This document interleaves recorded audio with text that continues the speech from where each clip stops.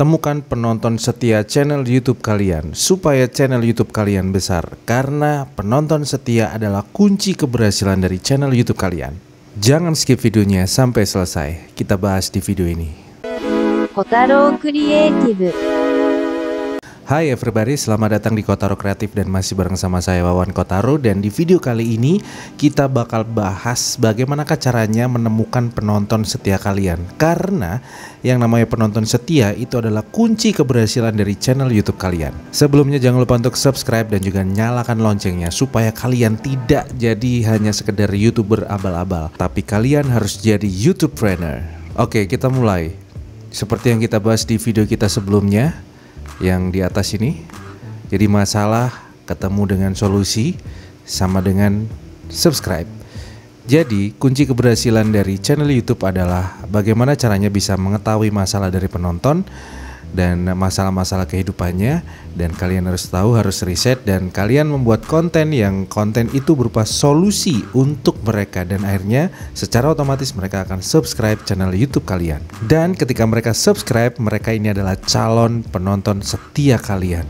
Jadi ini adalah rumusnya everybody. Jadi konten, bagaimana caranya konten itu bisa mengerti yang namanya penonton. Jadi kita harus tahu siapakah penonton kita.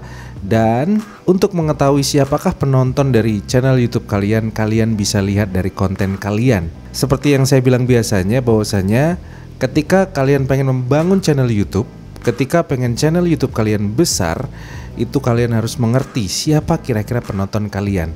Nah, untuk mengetahui siapakah penonton kalian itu bisa dilihat dari konten kalian. Ketika konten kalian mancing, kalian pasti tahu siapa penonton kalian. Ketika konten kalian otomotif, kalian pasti tahu penonton kalian itu siapa.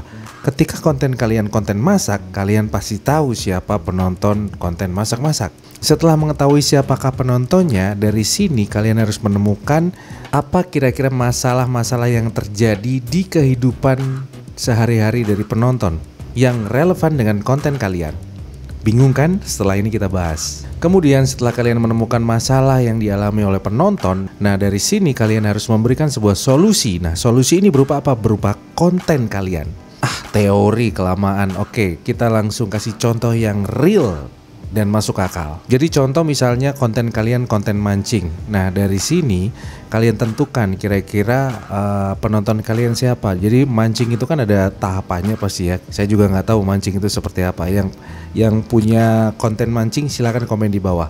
Jadi ada pemula, ada tingkatannya yang agak pengalaman, mungkin ada yang master, ada yang apa gitu ya, yang sudah profesional, yang sudah pro sama pemula pasti ada bedanya. Ini contoh.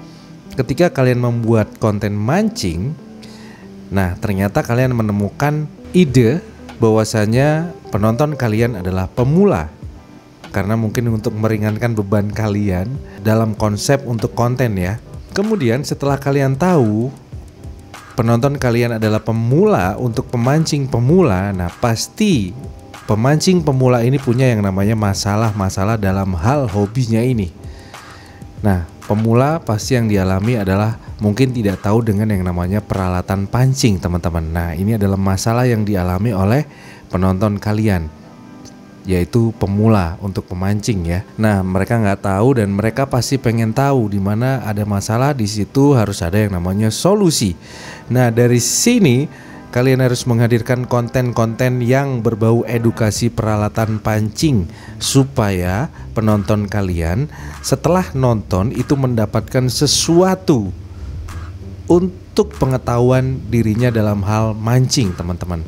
Dari sinilah ketika kalian lakukan secara berulang-ulang, secara otomatis penonton kalian ini akan menjadi penonton setia. Kenapa jadi penonton setia? Karena kalian bisa mengerti keresahan dia. Kalian bisa memberikan sesuatu hal yang lebih, dan kalian bisa memberikan sesuatu hal yang dia inginkan. Dari situlah penonton ini akan setia sama channel YouTube kalian. Jadi bukan hanya subscribe, tapi dia akan terus menunggu konten-konten terbaru dari kalian. Ini contoh lagi. Ketika konten kalian otomotif, nah dari sini kalian harus menentukan yang namanya penonton kalian siapa. Ini contoh ya, ini hanya contoh teman-teman. Kalau salah komen di bawah ya. untuk teman-teman yang kontennya otomotif. Jadi kalau misalnya konten kalian otomotif, tentukan siapa penonton kalian. Ini contoh penonton kalian adalah anak magang bengkel misalnya ya. Anak yang baru lulus dari STM dan dia tidak tahu hal-hal yang berbau bengkel ya. Nah, pasti ini anak magang ini pasti banyak hal yang dia tidak ketahui, dan ini adalah masalah buat mereka. Karena dia punya cita-cita untuk menjadi seorang teknisi, menjadi seorang ahli dalam hal otomotif, tapi karena dia baru saja lulus, masalah yang dia alami adalah belum pengalaman. Teori mungkin sudah bisa dia dapatkan, tapi untuk eksekusi mungkin masih sangat-sangat minim. Dan ini akan menjadi permasalahan untuk anak-anak magang di bengkel pastinya. Dari sinilah kalian bisa masuk dengan yang namanya solusi. Solusinya adalah buat kalian yang punya konten otomotif pasti punya pengalaman yang lebih.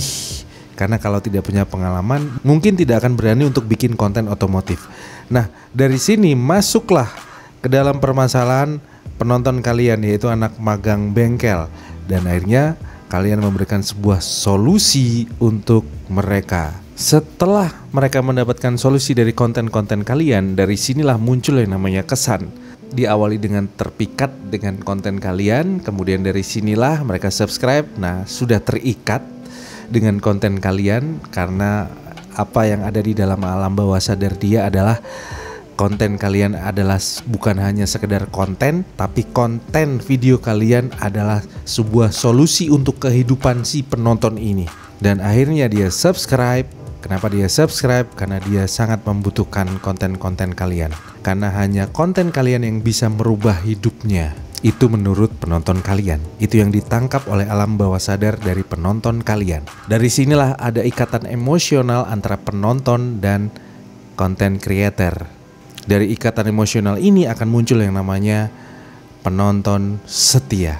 Kemudian untuk yang punya konten masak-masak, pasti kalian tahu siapakah penonton kalian. Tidak lain dan tidak bukan adalah ibu-ibu, terutama ibu-ibu muda. Kalau ibu-ibu yang sudah agak berumur, ibu-ibu yang senior pasti sudah pengalaman dalam hal masak ya. Nah, pasti di sini ibu-ibu yang baru jadi ibu-ibu ini atau ibu-ibu muda ini ya, mama-mama muda ini pasti punya masalah dalam hal masak. Masalahnya adalah masakan kurang enak karena dia belum pengalaman, karena dia mungkin baru saja terjun ke dunia ibu-ibu. Dan dari sinilah ibu-ibu ini sering diprotes sama anak-anaknya, sering diprotes sama suaminya karena masakannya kurang enak. Nah, buat kalian para content creator yang kontennya masak-masak, jadilah sebuah solusi untuk permasalahan dari ibu-ibu ini. Caranya adalah bikinlah konten solusi, yaitu resep makanan untuk ibu-ibu muda, misalnya seperti itu ya.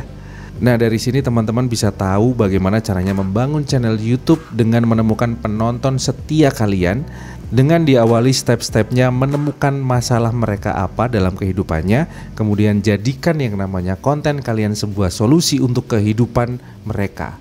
Dari sinilah muncullah benih-benih setia kepada channel YouTube kalian. Jadi subscriber kalian bukan hanya subscriber kalian bukan hanya formalitas subscribe, tapi subscriber kalian memang betul-betul butuh konten kalian dan betul-betul nungguin kalau kalian tidak upload everybody.